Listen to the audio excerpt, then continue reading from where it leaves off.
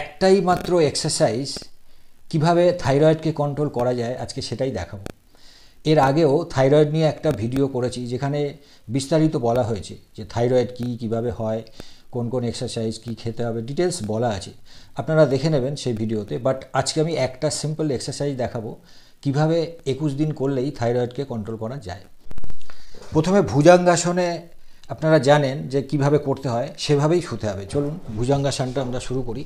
প্রথমে এইভাবে ভুজঙ্গাসন যেভাবে আমরা করি এইভাবে শুয়ে পড়লাম, পরে হাতটাকে এইভাবে তুললাম, কোমরটাকে এইভাবে যতটা পারলাম ওপরে তুললাম, তোলার পর মাথাটা উপরে দিয়ে মুখটাকে 5 বার হা করবেন এইভাবে বড় বড় করে।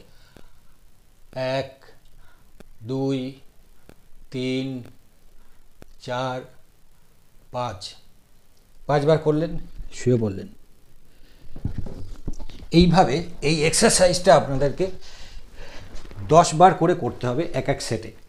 দিনে 2 বার করে করুন।